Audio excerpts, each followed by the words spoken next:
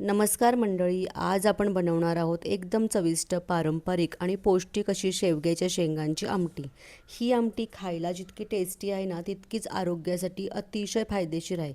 घरच्या साध्या मसाल्यांमध्ये तयार होणारी ही रेसिपी नक्की ट्राय करा आणि रेसिपी आवडली तर एक लाईक नक्की करा.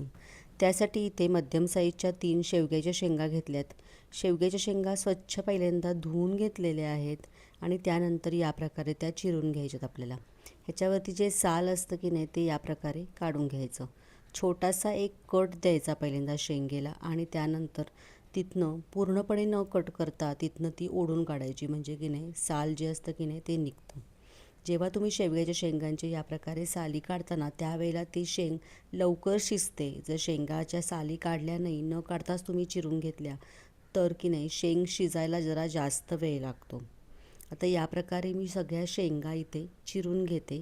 शेंगा पहिल्यांदा की नाही अशा जाडसरच बघून घ्यायच्या, म्हणजे की नाही त्यातला गर जरा चांगला असतो त्याच्यामध्ये. या प्रकारे मी सगळ्या शेंगा इथे चिरून घेतलेल्या आहेत. वरची सालं जेवढी शक्य आहेत निघतील तेवढी ही इथे काढून घेतलेली आहेत. आता आपण लगेचच शेवग्याच्या शेंगांची आमटी सुरुवात करूया. त्या अगोदर मी एक अर्धा वाटी तुरीची डाळ की नाही कुकरमध्ये शिजवून घेतलेली आहे. शिजवताना मी याच्यामध्ये एक पाव चमचा होईल एवढं हिंग घातलेला, पाव चमचा तेल घातलं होतं आणि हळद थोडीशी घालून कुकरच्या इथे मी 3 शिट्ट्या करून घेतल्यात.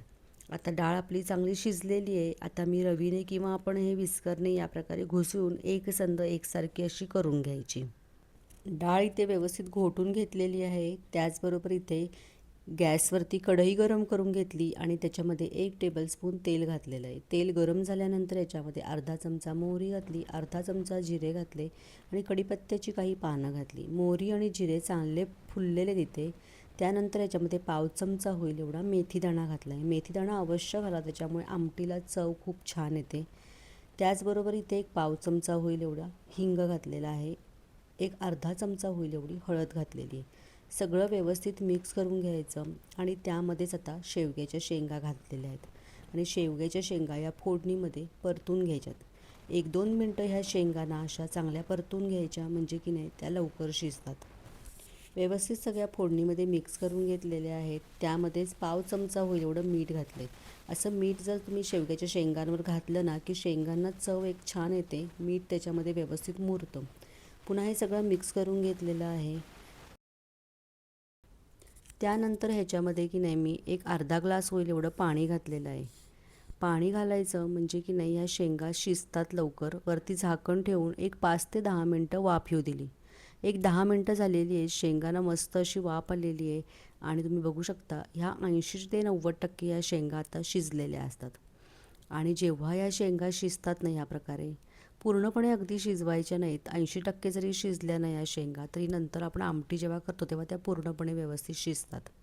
आता याच्यामध्ये घोटून ठेवलेली सगळी डाळ आहे ना ती घातलेली आहे आणि सगळं मिक्स करून घ्यायचं. आवश्यकतेनुसार इथे पाणी घालायचं. आपल्याला शेंगांची आमटी किती पातळसर हवी ना त्या अंदाजानुसारच पाणी घालायचं आहे. चवीनुसार इथे मीठ घालायचे. आपण फक्त मगाशी शेंगांपुरतं 1 पाव चमचा मीठ घातलं, आता सगळं आमटीपुरतं मीठ घालायचं. 3 ते 4 आमसुलं घातलेली आहेत. 1 मोठा चमचा इथे मी गूळ घातलेला आहे आणि त्याचबरोबर इथे धणा पावडर अर्धा चमचा इथे जिरा पावडर घातलेली आहे. 1 मोठा चमचा गोडा मसाला घातलेला आहे आणि 1 मोठा चमचा इथे लाल तिखट घातलेला आहे. गोडा मसाला तुमच्याकडे नसेल तर तुम्ही इथे गरम मसाल्याचा वापर करू शकता. गोडा मसाला कसा करायचा याची पण रेसिपी आपल्या चॅनलवरती आहे. बघितला नसेल व्हिडिओ तर नक्की चेक करा किंवा डिस्क्रिप्शनमध्ये मी तुम्हाला लिंक देते. त्यानंतर सगळं मिक्स करून घ्यायचं व्यवस्थित आणि छान अशी एक 10 मिनटं आमटी उकळून घ्यायची. शेवग्याच्या शेंगा की नाही ह्यातलाच एक स्वतःचा फ्लेवर असतो, त्याच्यामुळे याच्यामध्ये कांदा लसूण घातलेला नाही आहे आणि याची चव शेंगांचीच इतकी छान आमटीला येते की नाही.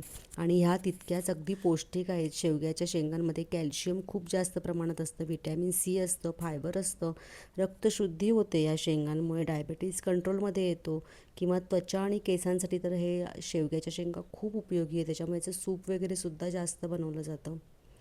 मस्त आपली ही शेवग्याच्या शेंगांची आमटी तयार झाली. मी 10 मिनटं छान उकळून घेतली. वरतून भरपूर कोथिंबीर घालायची. सगळं पुन्हा मिक्स करून घ्यायचं. आता या शेंगांचा पूर्णपणे अर्क या आमटीमध्ये उतरलेला असल्यामुळे मस्त अशी या आमटीला चव येते. आणि तुम्ही बघू शकता शेंगा इथे पूर्णपणे 100% अशा मस्त शिजलेल्या आहेत, अगदी मऊसूत अशा छान झालेल्या आहेत. आता या शेंगा पण इथे शिजलेल्या आहेत, आमटी छान उकळून घेतलेली आहे. आपली ही शेंगांची आमटी इथे तयार झालेली आहे. रेसिपी कशी वाटली नक्की मला कमेंट करून सांगा आणि थोडी जरी आवडली असेल तर एक लाईक नक्की करा. यूट्यूबवर माझा व्हिडिओ बघत असाल आणि अजून चॅनलला सबस्क्राईब केलं नसेल तर नक्की चॅनलला सबस्क्राईब करा आणि त्याच्यापुढे हाईप म्हणून जो ऑप्शन आहे ना त्याच्यावरती क्लिक करा आणि त्याच्या पुढच्या पॉईंट्सवरती पण क्लिक करा, म्हणजे मला तुम्ही जास्तीत जास्त पॉईंट्स देऊ शकाल. फेसबुकवर माझा हा व्हिडिओ बघत असाल तर फेसबुक पेजला पण लाईक करा, शेअर करा आणि पेजला अजून माझ्या फॉलो केलं नसेल तर नक्की पेजला फॉलो करा.